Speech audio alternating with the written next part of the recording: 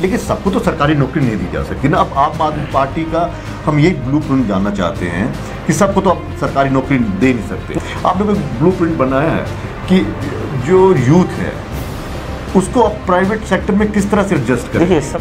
आपने क्या किया, मुफ्त बोल के ना आपने दूसरी पार्टियों को मजबूर कर दिया, तो अब आपका कंपटीशन तो और ज़्यादा तेज़ हो गया। देखिए अब रविंद्र रैना जी भी कह रहे हैं कि हम मुफ्त सब कुछ मतलब कि बिजली ये वो करेंगे। भारतीय जनता पार्टी ये कह रही है कि मुफ्तखोरी आपने एक किस्म का वो लगा दिया, चस्का लगा दिया। देखिए ऐसा है, सब कुछ मुफ्त दे रहे हैं। देखिए ललित भाई ये बातें बड़ी अच्छी लगती है। अब पंजाब का देख लीजिए ना, चुनाव से पहले अरविंद केजरीवाल जी ने बता दिया था कि मुझे रेवेन्यू कहाँ से जनरेट करना है, किस तरह से यहाँ का वो 50,000 करोड़ जो बजट था वो किस तरह से उसको मैं करूँगा, पूरा करूँगा। जो भी बजट था जितना भी था कि ये मुनाफे में मैं कैसे लाऊंगा, कैसे मैं चीज़ें फ्री दूंगा, करप्शन 20% वहाँ से कम कर लीजिए, बिजली का वो इस तरह से। लेकिन बाद जब चुनाव हुए तो वो मान साहब चल पड़े दिल्ली की तरफ कि भैया हमें 2 साल तक हमें 50,000 करोड़ रुपया दो, इतना करोड़ रुपया दो। तो वो जो मेथड बता रहे थे, वो जो गणित बता रहे थे, वो क्या था फिर? आपको लग रहा है कि पार्टियों में अपने खौफ पैदा कर दिया दूसरी पार्टियों में? खौफ ईमानदारी का है। आम आदमी जाग रहा है, हम किसी को डरा नहीं रहे हैं, आम आदमी को समझ आ गई है। नमस्कार, जम्मू संवाद में आपका स्वागत है और मैं हूं ललित खजूरिया।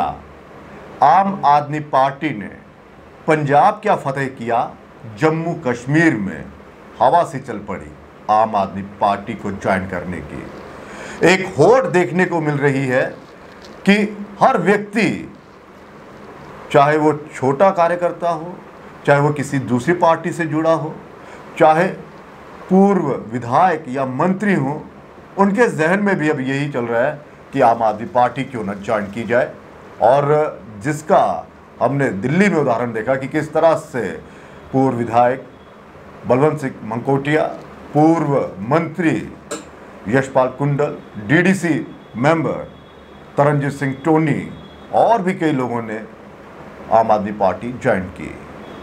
लेकिन ये जो सोच है और जो लोग ज्वाइन कर रहे हैं, इन्होंने क्या पंजाब फतेह होने के बाद आम आदमी पार्टी की पॉलिसी को समझा या फिर जीत की ओर अग्रसर होना चाहते हैं?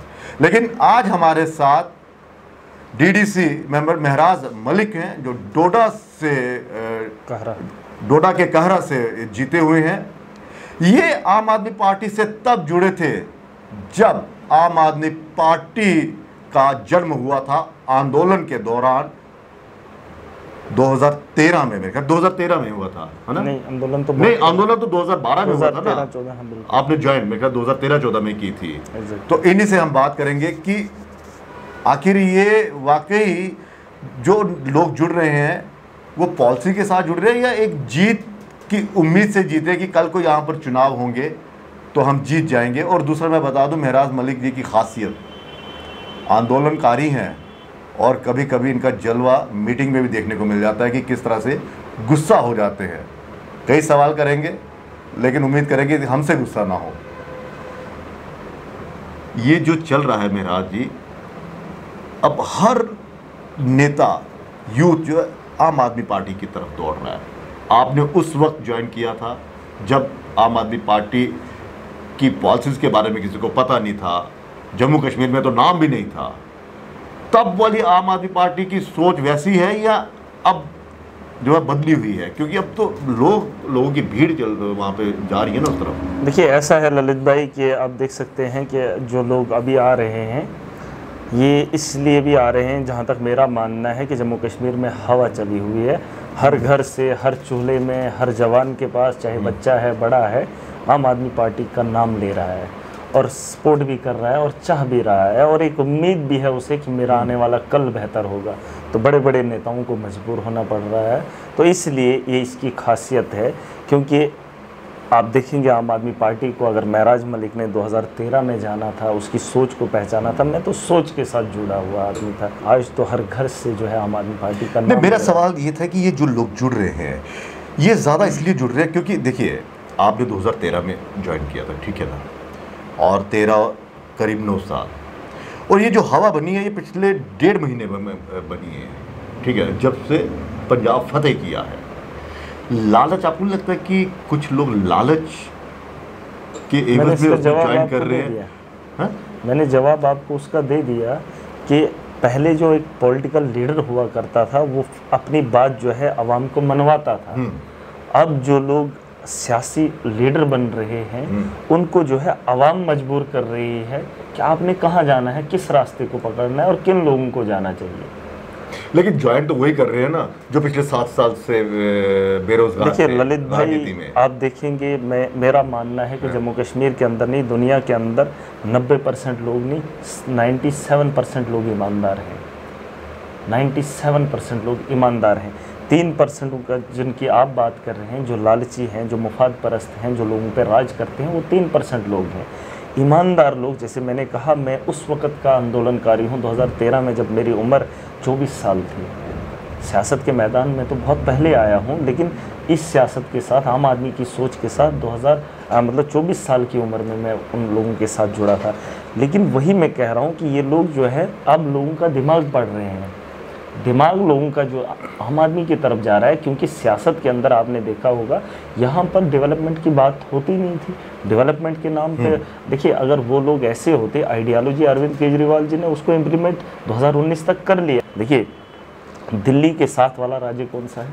यूपी का।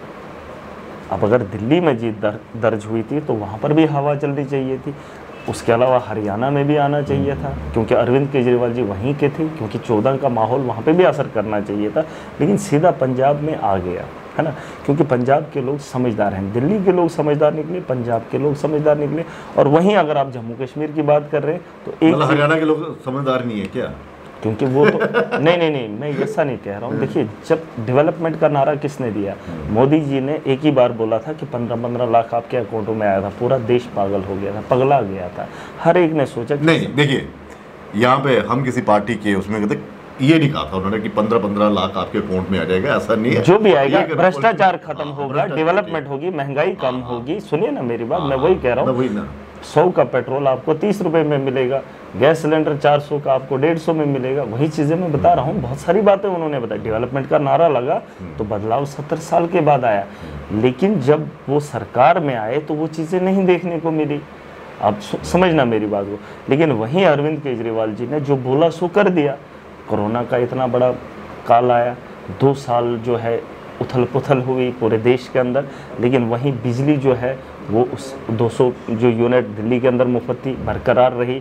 इलाज जो मुफ्त था बरकरार रहा। पानी की सप्लाई जो थी बरकरार रही। स्कूलों के अंदर तालीम, देखिए मैं ये चीज़ें हम बाद में डिस्कस करेंगे। मैं उन चीज़ों पे आ रहा हूँ कि यहाँ के जो नेता हैं वो आपको नहीं लग रहा है कि यहाँ की जीत के बाद, पंजाब की जीत के बाद उन्हें भी लग रहा है कि तुरंत यहाँ पर चुनाव होंगे, हमें टिकट मिल जाएगा, हम जीत जाएंगे? आपको लग रहा है कि कुछ इस नजरिए से पूरी बात बता रहा था। हाँ। देखिए, मैंने जिन 97% लोगों की बात की ना, वो लोग फेसबुक पे कमेंट करते हैं या जब चाय पीने जाएंगे तो वहाँ पर बात करेंगे, यार इस सरकार के इस नेता को ऐसे नहीं वैसे करना चाहिए, या जम्मू कश्मीर का चीफ मिनिस्टर वो नहीं वो होना चाहिए, या मैं होना चाहिए, मैं खुद होना चाहिए। लेकिन घर के आंगन को कभी लांग नहीं देता है तो बात बदलाव की कहाँ से आएगी? जब तक ना ईमानदार अपने घर को छोड़ेगा। अगर महराज मलिक एक छोटे से घर से ताल्लुक़ रखता था तो आज डीडीसी बना हूँ। ऐसी बड़ी ताकतों को मैंने हराया है सिर्फ अपनी सोच से। उस सोच से जो अरविंद केजरीवाल जी ने दिल्ली के अंदर रखी थी, वही सोच मैंने जम्मू कश्मीर। तो आपको क्या लगता है यहाँ के जो अब लीडर्स या पूर्व मंत्री या पूर्व विधायक जो ज्वाइन कर रहे हैं, वो आम आदमी पार्टी की सोच लेकर चल रहे हैं या फिर अपनी सोच लेकर चल रहे हैं? देखिए, ये तो आवाम भी बता सकती है जो उनके लीडर हैं। देखिए, बहुत सारे लोग ऐसे हैं, जैसे मनकोटिया जी हमारे आए हैं आम आदमी पार्टी में। मैं उनका बहुत ही वेलकम करता हूं, क्योंकि आप देखिए बेदाग छवि वाले हैं। हाँ, मैं ये कह रहा हूं कि अगर आज उनने प्रोग्राम किया तो इतने लोग आए, तो अगर उनको लगता है कि वो कहीं ना कहीं गलत छवि का होता तो लोगों को नहीं आना चाहिए था। देखिए, लोग एक मैसेज अपना भी देना। अब पार्टी दिल्ली में कौन जा रहा है तो दिल्ली में उसका सारा वो कंगाल थोड़ी लिया जाएगा। देखिए, उसका जवाब लोग भी देना। लोग अपने कमेंट में लिखें कौन कैसा है, उसके बारे में लिखे ना। मैं ये नहीं कहता हूँ कि आम आदमी के लिए मैं प्रोटोकॉल बता रहा हूँ। उन लोगों के लिए, उन ऑफिसरों के लिए मेरा प्रोटोकॉल है जिनको मेरी इज्जत करनी चाहिए। एक छोटा सा आदमी है, डीसी, पुराना हमारा 28 साल का था हैं। अब कोई एसडीएम हो, तहसीलदार हो, वो उम्र में बड़ा है, इसका मतलब ये थोड़ी वो डीसी की बात नहीं मानेगा। तो महराज मलिक अगर उम्र में छोटा है लेकिन मुझे बनाया है किसी ने कॉन्स्टिट्यूंसी का, मतलब आपको, आप कहने का मतलब कि आपको पूरे हक मिलने चाहिए। नहीं हक नहीं, देखो आपको राइट्स मिलेंगे तभी तो आप राइट कौन देगा, राइट कौन देगा? ब्यूरोक्रेट्स एग्जैक्टली मतलब कानून में हमारा है, प्रोटोकॉल है। मैंने कहा ना पाकिस्तान के साथ तशबीह क्यों दे रहा हूँ, जम्मू कश्मीर में हालात वही है कि वो अपना दबदबा, हम डीडीसी हैं लेकिन एक एसडीएम हमें बता रहा है कि आपको क्या करना चाहिए। मतलब यहाँ के हालात बिल्कुल बिगड़े हुए हैं क्या? वही है ना, जैसे वो कंट्रोल कर रहे हैं यहाँ पे एडमिनिस्ट्रेशन कंट्रोल अच्छा, कर रही है। विपक्ष का ये आरोप है, विपक्ष इन द सेंस की जो इस समय केंद्र में सत्ता में और यहाँ पे अब अच्छा, सब पार्टी एक दूसरी है विपक्ष, क्योंकि यहाँ पर अब भारतीय जनता पार्टी, कांग्रेस की विपक्ष है, पीडीपी, एनसी की एक दूसरे के विपक्षी हैं। भारतीय जनता पार्टी ये कह रही है कि मुफ्तखोरी का आपने एक किस्म का वो लगा दिया, चस्का लगा दिया। देखिए ऐसा है, सब कुछ मुफ्त दे रहे हैं। देखिए ललित भाई, अभी जो हम नीचे से ऊपर तक पहने हैं इसका हम टैक्स भरते हैं। खाने के मतलब वो जो आप मतलब चप्पल की नोक से अगर आप देखेंगे सर के ऊपर तक, टोपी तक अगर आप देखेंगे, जो हम चलते हैं, जहाँ हम रोड पे चलते हैं इसका पैसा भरते हैं, टैक्स भरते हैं, यहाँ पे बैठे हैं इसका टैक्स भरते हैं। ये सारा खजाना एक जगह जमा होता है और उसके लिए इलेक्शन होते हैं कि यार इस खजाने का इस्तेमाल कौन करेगा, और जो मतलब सूझबूझ वाला होगा उसके हाथ में उस खजाने को सौंपा जाता है। अब वो उस खजाने से कौन कौन से काम करता है, किस तरीके से करता है, वो उसका काम है। बजट भी रखना है, ऐसी कोई हालत आ जाए, नौबत आ जाए, पैसा होना चाहिए। वो काम अरविंद केजरीवाल ने किया। कोरोना की महामारी आई, जीडीपी पूरे हिंदुस्तान की गिर गई, पूरे दुनिया की गिर गई। लेकिन वहीं दिल्ली की अगर बात करेंगे आप, खाली स्टेट की, जहाँ बिजली भी मुफ्त थी, पानी भी मुफ्त था, कोई प्रॉब्लम नहीं है, लेकिन जीडीपी जो है मुल्क से बेहतर थी हमारी स्टेट की। और वहीं हमारा 11वें नंबर पर हमारा नंबर था पूरी दुनिया के अंदर। बेस्ट जीडीपी हम रह चुके हैं 2 साल के उस कार्यकाल में। ये पॉलिसी होनी चाहिए जनाब। ये आंकड़ों की बाजीगिरी है ना सारी। नहीं, आंकड़ों की नहीं, पॉलिसी। मैं बता रहा हूँ ना, मैंने काम किया। अब देखिए मुझसे अलग अलग नेता हैं। नहीं, सब कुछ चीज़ें मुफ्त में दोगे क्या? तो जब लोगों का पैसा है तो दे देंगे। लोग बदहाली तो फिर लोग तो काम नहीं करेंगे, वरना ये तो काम करा करा के थका रहे, ये तो पैसा ही नहीं दे रहे हैं। तो जब पढ़ के हम कहाँ जा रहे हैं, मजदूरी तो कर रहे हैं। पढ़ने के बाद ये नौकरी दे ना। अभी वो सीआरपीएफ के जवान थे, सीआईएसएफ के जवान सड़कों पे थे, उनको नौकरी क्यों नहीं दे रहे? लेकिन सबको तो सरकारी नौकरी नहीं दी जा सकती ना। अब आम आदमी पार्टी का हम यही ब्लूप्रिंट जानना चाहते हैं कि सबको तो अब सरकारी नौकरी दे नहीं सकते। माहौल तो बनाए, महंगाई तो कम करें, हम जिम्मेदारी करें, उसका तो कुछ मैं वही तो कह रहा हूँ। कोई ब्लूप्रिंट आपने तैयार किया है कि अगर यहाँ पर सत्ता परिवर्तन होता है, अगर चुनाव होते हैं तो सत्ता परिवर्तन अगर होता है, सत्ता परिवर्तन इन द सेंस कि पिछली जो सरकार थी वो गठबंधन की सरकार थी, पीडीपी और भारतीय जनता पार्टी, उसके बाद चलो यूटी बन गया और अब एलजी प्रशासन यहाँ पे चल रहा है। आपने कोई ब्लूप्रिंट बनाया है कि जो यूथ है उसको अब प्राइवेट सेक्टर में किस तरह से एडजस्ट करें? देखिए सबसे पहले एक चीज में ललित भाई, वो रोजगार किस तरह से लेगा? देखिए एक बात मैं बताना चाहूंगा, सब कुछ मुफ्त में देंगे तो कह रहे तो सब कुछ मुफ्त, ऐसा नहीं, बिल्कुल आप उनको ऐसा नहीं, यानी कि काम सरकार करने का एक संदेशा देना कि भैया काम मत करो, सब कुछ फ्री में मिल जाएगा। देखिए मेरी बात सुनिए, तो फिर बीजेपी जो है गैस सिलेंडर फ्री क्यों दी? फिर बीजेपी के लोग मुफ्त राशन क्यों दिए? और यूपी के जीतने के बाद 5 किलो राशन फिर से क्यों बढ़ा गए वो 3 महीने के लिए? उन्हीं के तो आरोप में बता रहा हूँ। नहीं, वही तो मैं कह रहा हूँ, बात उनकी भी कीजिए ना। लेकिन वो सिर्फ इतना ही दे सकते हैं, बाकी इन्होंने पैसा बचाना है, क्योंकि वोट इलेक्शन में मशीनों को भी खरीदना है, वोटर को भी खरीदना है, शराब भी पिलानी है, क्योंकि इन्होंने तो 70 साल का वादा किया, 50 साल मोदी जी की सरकार नहीं हारेगी बाबा, ऐसा नहीं है। लोग बदलाव लाएंगे अपनी ताकत से, अपने वोट से, लेकिन उनकी मशीनें भी कम पड़ जाएंगी, उनका पैसा भी कम पड़ जाएगा जब आम आदमी बदल जाएगा। आपने बोला कि जम्मू कश्मीर में पॉलिसी हमारी क्या रहेगी यूथ को लेकर, यहाँ के मैनिफेस्टो क्या रहेगा?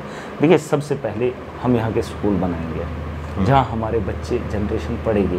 प्राइवेट स्कूलों से हमारे पास आप देखिए कि हर गरीब का स्कूल की दर्द आप बेहतर जानते हैं। बिल्कुल, मेरी बात सुन, मेरी नहीं, मैं बता रहा हूँ, वो ज़्यादा बेहतर। बिल्कुल, मैं वही कह रहा हूँ कि हमारे यहाँ गरीब से गरीब भी मतलब ख़ानदान कोई भी है, 2 वक्त की रोटी खाने वाला इंसान भी चाहता है, जब वो गाँव का माहौल देखता है, यार उसका बच्चा प्राइवेट स्कूल में पढ़ रहा है, वो खुद को जो है वो देखता है, यार मैं गरीब हूँ तो मैं अपने बच्चे को तालीम नहीं, लास्ट में कभी कोसेगा कि पापा आपने मुझे अच्छे स्कूल में नहीं पढ़ाया। तो उसकी वजह से अगर वो 2 वक्त का खाना खाता है, उसको फिर 1 वक्त का खाना खाना पड़ता है, मवेशी बेच देता है, घास बेच देता है, जायदाद प्राइवेट स्कूल में पढ़ाने के लिए। तो वही बात आप देखिए, बजट यहाँ अनएम्प्लॉयमेंट भी आपको देखने को मिलेगी, बेरोजगारी खत्म होते हुए भी दिखेगी। जो आदमी अपने बच्चे के लिए इतना पैसा इन्वेस्ट कर रहा है, अगर उसी बच्चे को एक गवर्नमेंट स्कूल में बेहतर बिल्डिंग दी जाएगी, इंफ्रास्ट्रक्चर दिया जाएगा और टीचर्स ऐसे दिए जाएंगे जिनको हम वेल ट्रेंड बनाएंगे, जो बच्चे की तालीम और तरबियत बेहतर करेंगे, तो मुझे बताइए कितनी बजट होगी। हाँ है ना, कितनी बजट होगी। आप देख लीजिए ना कि एक घर का कितना खर्चा प्राइवेट स्कूल में एक बच्चे, कुल मिलाकर वो दिल्ली मॉडल, बिल्कुल एग्जैक्टली। हाँ, जब वो चीज़ें बनेंगी यहाँ पर तो एक चीज़ से जो है राहत मिलेगी। और दूसरी बात, जब आप देखेंगे बिजली से हमारे यहाँ तो कोई कंपनी या कोई रोज़गार तो चलता नहीं है, क्योंकि हमारे यहाँ 1 घंटे बिजली आती है, 4 घंटे चले। लेकिन उत्पादक तो हम है ना। वही मैं कह रहा हूँ, हमारी नहीं, हम तो 24 घंटे देंगे जनाब, हम 24 घंटे देंगे। जब हम सस्ती दोगे या फ्री दोगे? बिल्कुल फ्री देंगे, क्योंकि अगर दिल्ली जैसे सबको दोगे? नहीं, अब ऐसे हैं जो स्लैब बनाएंगे। हाँ नहीं, एक कैटेगरी नहीं, आम आदमी को तो फ्री देंगे। अच्छा, आम आदमी मीन्स इन द सेंस जैसे फैमिली का घर है, घर के लिए सबको फ्री। अब कोई बिजनेसमैन होगा तो उसको तो बिजनेस भी कर रहा है, वो तो टैक्स भी थोड़ा बहुत भरेगा। देखिए ऐसी चीज़ें ललित भाई मैं आपको बता रहा हूँ, बिजली जब हम 24 घंटे देंगे तो रोजगार के उत्पादन बढ़ेंगे। आप समझ रहे हो मेरी बात? बिजली होगी तो बिजली पे कारोबार होगा, मगर हो जब बिजली रात को आएगी, दिन को काम करना होता है तो काम फोटोस्टेट मशीन है, सिंपल सी मिसाल दे रहा हूँ, तो वहाँ पे जब लाइट नहीं होगी फोटोस्टेट कहाँ से होंगे, फोटो कहाँ से खींचेंगे, कहाँ से निकालेंगे? तो ये चीज़ें जब होंगी तो यहाँ से भी रेवेन्यू जनरेट होगा और यहाँ से भी बेरोजगारी का खात्मा। आपने बिल्कुल अरविंद केजरीवाल की तरह वो कर रहे हैं। सुनिए आगे, सुनिए पूरी बात सुनिए। उसके बाद बिजली के किराया जो हर महीने देना पड़ता है बगैर बिजली के। और हमारे यहाँ सबसे बड़ी बात पता क्या है, हमारे यहाँ पोल भी खुद लगाए जाते हैं। आज की डेट की मैं बात कर रहा हूँ, 21वीं सदी की।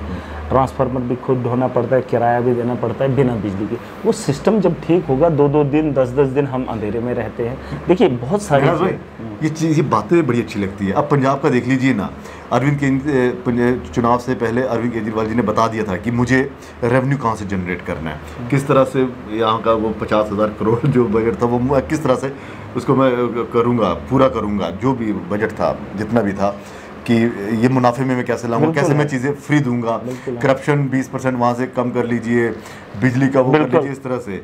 लेकिन बाद जब चुनाव हुए तो वो मान साहब चल पड़े दिल्ली की तरफ कि भैया हमें 2 साल तक हमें 50,000 करोड़ रुपया दो, इतना करोड़ रुपया दो।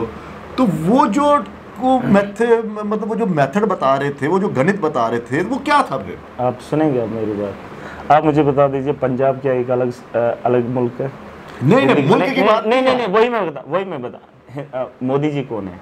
मोदी जी को देश है ना, देश के प्रधानमंत्री, और जाहिर सी बात है हक बनता है हर स्टेट का उनसे कुछ लेने का। लेकिन जब आप इस तरह का घुमाते हैं, इस तरह का जब आप मैथमेटिक्स को समझाते हैं तो लोग भी खुश हो जाते हैं और फिर बाद में अपनी बातों से पलट जाते हैं। नहीं, हम पलटे कहाँ जनाब? दिल्ली में हमने करके दिखाया। अभी हमारी सरकार को बने हुए कितना वक्त हुआ?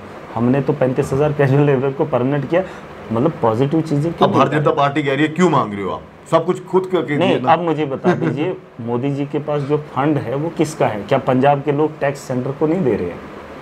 मुझे इस सवाल का जवाब चाहिए। क्या पंजाब के टैक्स का पैसा सेंट्रल सरकार के पास नहीं जाता है? लेकिन अगर जाता है तो उनका तो हक बनता है ना पंजाब के लोगों का कि सेंटर से भी कोई शेयर आ जाए। अगर मोदी जी वहाँ के लिए दे भी देते हैं, सुनिए मेरी बात ललित भाई, छोटी सी मिसाल, पंजाब मत देखिए आप, पंजाब में वो क्या करेंगे क्या नहीं करेंगे, लेकिन जो बोला है वो करेंगे। मैं जम्मू कश्मीर की बात करूँगा, मैं अपनी बात करूँगा। देखिए हमारे को फंड मिला था, मेरे डिस्ट्रिक्ट को 900 करोड़। कितना? अच्छा। डिस्ट्रिक्ट को 900 करोड़ मिला था। तो कितना खर्च हुआ? वही मैं कह रहा हूँ, जिसमें मुझे जो फंड आया था मैंने सबसे ज्यादा फंड जो है यूटिलाइज जमीन पे लगाया, लोगों तक पहुंचाया। बिल्कुल। आप मुझे बताओ, चर्चे भी तो आप ही के होते हैं ना? नहीं, आप ही के वाकई। आप मुझे बताओ, हमारे पास क्या है? हमें काम करने का तरीका है। अच्छा। इन लोगों को लड़ाने का तरीका है। अब मुझे बताओ, मैं छोटा उम्र में हूँ, एक छोटी सी पार्टी से हूँ, एक छोटा इंसान हूँ इनके सामने, है ना? मतलब इन्होंने काम करना आना चाहिए, पैसों की कमी नहीं है, उसको सही यूटिलाइज करना। कमी नहीं, और जम्मू कश्मीर में कमी नहीं है। लेकिन आपने क्या किया? मुफ्त बोल के ना आपने दूसरी पार्टियों को भी मजबूर कर दिया।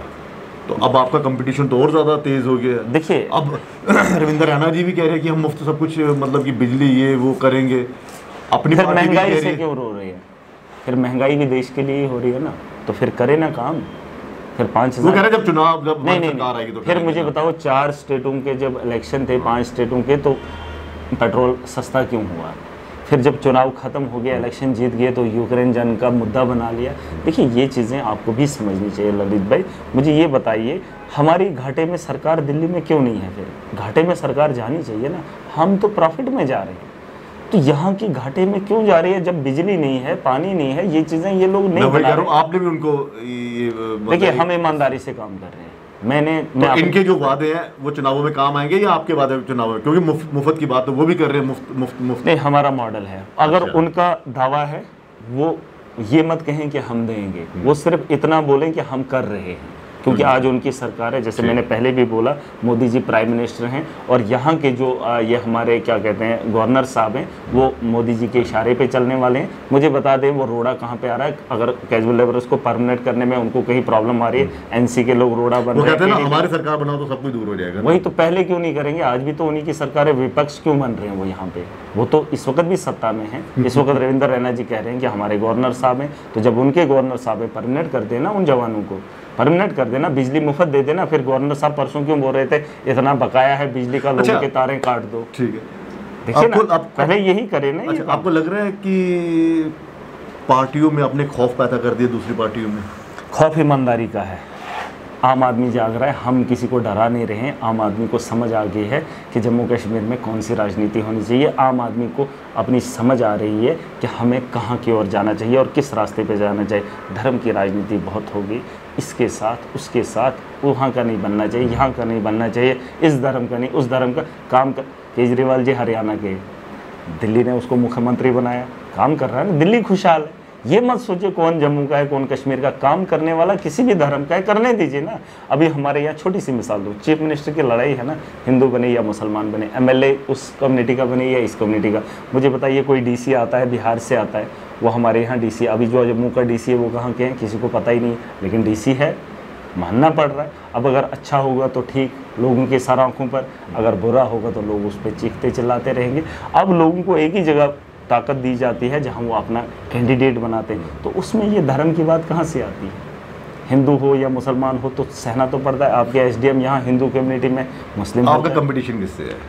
हमारा कंपटीशन आवाम से है कि आवाम कितना जल्दी समझ जाएगी। अगर जितना जल्दी समझ जाएगी, मतलब राजनीतिक पार्टियों से नहीं है? ना ना ना ना ना, हमारा देखो, हमारा एक ही मकसद है ललित भाई, मैं आम आदमी को जगा रहा हूँ, उसकी ताकत को, उसका एहसास दिला रहा हूँ, है ना। हमारा कोई काम नहीं है कि हम बीजेपी को हरा रहे हैं, हम यहाँ की आवाम को उसका हक याद दिला रहे हैं और उसकी ताकत का उसको एहसास दिला रहे हैं। सबसे बड़ी बात यही है। और जिस दिन आम आदमी जाग जाएगा, सरकारें क्या काया पलट देंगे। भारतीय जनता पार्टी दूसरी पार्टी के नेताओं को अपनी पार्टी में शामिल कर रही थी, ये आरोप लग रहा था और कई बार सिद्ध भी हो गया।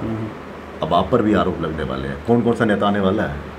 देखिए नेता कोई भी आ सकता है, लेकिन जब पार्टी, देखिए वोट तो कोई भी देगा, प्रधानमंत्री जी भी देते हैं, आप भी देते हैं, मैं भी देता हूँ, लेकिन जब कैंडिडेट खड़े होंगे तो तब देखी जाएगी ना। अभी मैंडेट तो किसी का डिक्लेयर, मतलब आपकी भी निगाहें हैं दूसरी पार्टी की? बिल्कुल ऐसा नहीं होगा। देखिए ईमानदार लोग जो है सियासत के अंदर खड़े किए जाएंगे, उन्हीं लोगों को मौका दिया जाएगा। हाँ, हो सकता है उसमें पुराने दूसरी पार्टी के भी ईमानदार नेता चुनेंगे ना? बिल्कुल एग्जैक्टली होता है। अब ये ढूंढना पड़ेगा आपको कौन कौन ईमानदार है। बिल्कुल, वो तो लोगों से भी पूछेंगे ना, और जिस कॉन्स्टिट्यूंसी में उन लोगों को खड़ा किया जाएगा वो लोग भी बताने चाहिए कि ईमानदार है, तो हमें उसमें आपत्ति नहीं है, क्योंकि लोगों ने ही करना है, लोगों की बात है। मेहराज जी बहुत बहुत शुक्रिया। और मेहराज जी का ये कहना है कि ईमानदार लोगों की ज़रूरत है, ईमानदार नेताओं की ज़रूरत है। इशारा साफ है कि जो पार्टी दूसरी पार्टियों पर नज़र डालती थी उनके नेताओं को लेने की, अब आम आदमी पार्टी की भी नज़र है इन पार्टियों पर। और अपने नेताओं को संभाल के रखिएगा, कहीं ऐसा ना हो कि गुस्सा नाराज़गी से हो गई तो अब कुछ ईमानदार अगर वहाँ पर हैं वो आम आदमी ना ज्वाइन कर ले, आम आदमी पार्टी ना ज्वाइन कर। दूसरा ये है कि चुनौती किसी पार्टी से नहीं है, हाँ मकसद एक ही है, ईमानदार सरकार लाना और लोगों को जगाना। अब देखना ये है कि कितना जगाते हैं, लेकिन इतना ज़रूर मैं बता दूं कि मेहराज जी का जो मिजाज है वो थोड़ा समझने की ज़रूरत है, क्योंकि काम को लेकर ये वाकई ईमानदारी दिखाते हैं और आम आदमी की सोच लेकर चलते हैं। लेकिन क्या ये टिक पाएगी? क्योंकि अब भीड़ सी जुड़ने लगी है और हवा जो है वो बहुत तेज़ चल रही है ज्वाइनिंग की। कहीं ऐसा ना हो कि लोग आते जाएंगे, दूसरे नेता आते हैं, कहीं मेहराज ही पीछे ना हो जाए। नहीं, ऐसा नहीं है। ऐसा नहीं होगा ललित भाई, ऐसा नहीं है, क्योंकि हमें उम्मीद है कि पार्टी जो है काम को देखेगी और काम देखिए, जो काम करेगा वही बढ़ेगा। ये हमारा, चलिए जो काम करेगा वही बढ़ेगा। फिलहाल इजाज़त दीजिए, नमस्कार।